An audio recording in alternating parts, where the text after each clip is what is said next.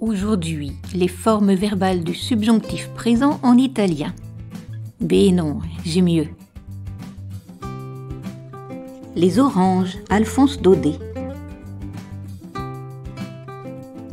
À Paris, les oranges ont l'air tristes de fruits tombés ramassés sous l'arbre. À l'heure où elles vous arrivent, en plein hiver pluvieux et froid, leur écorce éclatante, leur parfum exagéré dans ces pays de saveurs tranquilles, leur donne un aspect étrange, un peu bohémien. Par les soirées brumeuses, elles longent tristement les trottoirs, entassées dans leurs petites charrettes ambulantes à la lueur sourde d'une lanterne en papier rouge. Un cri monotone et grêle les escorte, perdus dans le roulement des voitures, le fracas des omnibus. « À 2 sous la Valence !» Pour les 3/4 des Parisiens, ce fruit cueilli au loin, banal dans sa rondeur, où l'arbre n'a rien laissé qu'une mince attache verte, tient de la sucrerie, de la confiserie.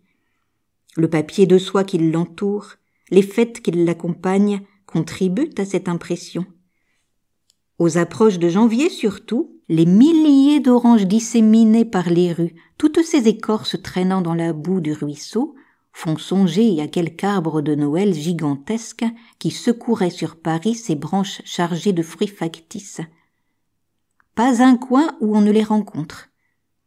À la vitrine claire des étalages, choisis et parés, à la porte des prisons et des hospices parmi les paquets de biscuits, les tas de pommes, devant l'entrée des bals, des spectacles du dimanche.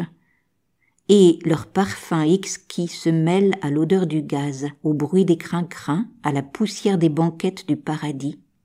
On en vient à oublier qu'il faut des orangers pour produire les oranges, cependant que le fruit nous arrive directement du Midi à pleine caisse, l'arbre, taillé, transformé, déguisé, de la serre chaude où il passe l'hiver, ne fait qu'une courte apparition au plein air des jardins publics. Pour bien connaître les oranges, il faut les avoir vues chez elles, aux îles Baléares, en Sardaigne, en Corse, en Algérie, dans l'air bleu doré, l'atmosphère tiède de la Méditerranée. Je me rappelle un petit bois d'orangers aux portes de Blida. C'est là qu'elles étaient belles. Dans le feuillage sombre, lustré, vernissé, les fruits avaient l'éclat de vert de couleur et doraient l'air environnant avec cette auréole de splendeur qui entoure les fleurs éclatantes. Ça et là, des éclaircies laissaient voir, à travers les branches, les remparts de la petite ville, le minaret d'une mosquée, le dôme d'un marabout, et au-dessus l'énorme masse de l'Atlas, verte à sa base, couronnée de neige comme d'une fourrure blanche, avec des moutonnements, un flou de flocons tombés. Une nuit, pendant que j'étais là, je ne sais par quel phénomène ignoré depuis 30 ans, cette zone de frimas et d'hiver se secoua sur la ville endormie, et Blida se réveilla transformée, poudrée de blanc. Dans cet air algérien si léger, si pur, la neige semblait une poussière de nacre. Elle avait des reflets de plumes de paon blanc. Le plus beau, c'était le bois d'oranger. Les feuilles solides gardaient la neige intacte et, droites comme des sorbets sur des plateaux de lac, et tous les fruits poudrés à frimas avaient une douceur splendide, un rayonnement discret, comme de l'or voilé de claires étoffes blanches. Cela donnait vaguement l'impression d'une fête d'église, de soutanes rouges sous des robes de dentelle, de dorures d'autel enveloppées de guipures.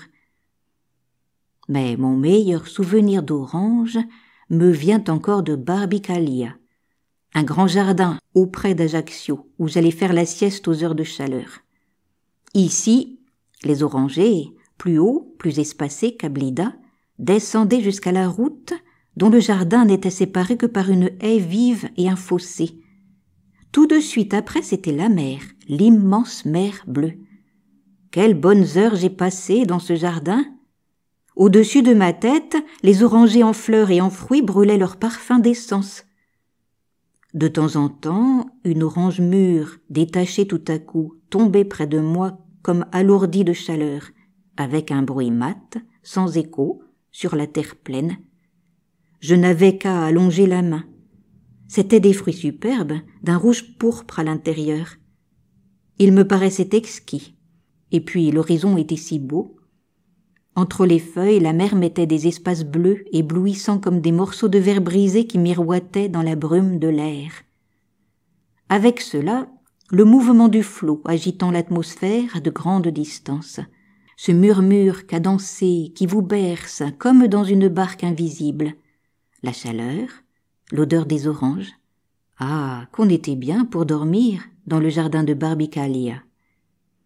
Quelquefois cependant, au meilleur moment de la sieste, des éclats de tambour me réveillaient en sursaut. C'étaient de merveilleux tapins qui venaient s'exercer en bas sur la route.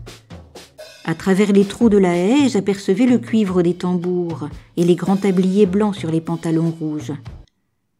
Pour s'abriter un peu de la lumière aveuglante que la poussière de la route leur renvoyait impitoyablement, les pauvres diables venaient se mettre au pied du jardin, dans l'ombre courte de la haie.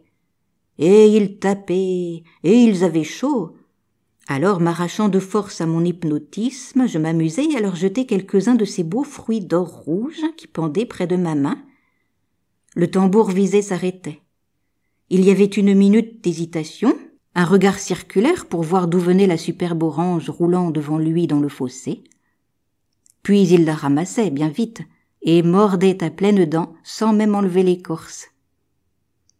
Je me souviens aussi que tout à côté de Barbicalia, et séparé seulement par un petit mur bas, il y avait un jardinet assez bizarre que je dominais de la hauteur où je me trouvais. C'était un petit coin de terre bourgeoisement dessiné, ses allées blondes de sable bordées de buis très verts, les 2 cyprès de sa porte d'entrée lui donnaient l'aspect d'une bastide marseillaise. Pas une ligne d'ombre. Au fond, un bâtiment de pierre blanche avec des jours de caveau au ras du sol. J'avais d'abord cru à une maison de campagne, mais en y regardant mieux, la croix qui la surmontait, une inscription que je voyais de loin creusée dans la pierre, sans en distinguer le texte, me firent reconnaître un tombeau de famille corse. Tout autour d'Ajaccio, il y a beaucoup de ces petites chapelles mortuaires dressées au milieu de jardins à elles seules. La famille y vient le dimanche rendre visite à ses morts. Ainsi comprise, la mort est moins lugubre que dans la confusion des cimetières. Des pas amis troublent seuls le silence.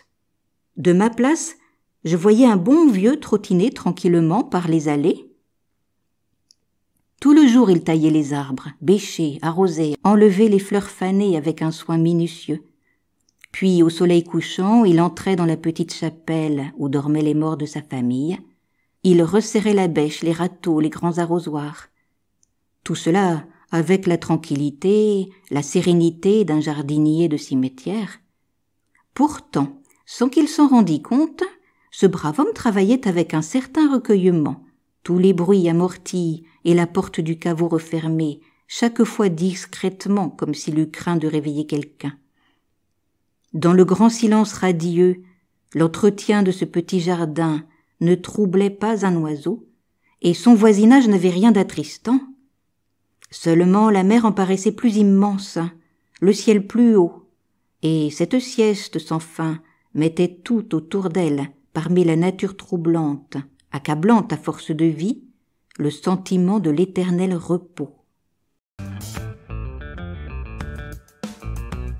À bientôt pour de nouvelles aventures.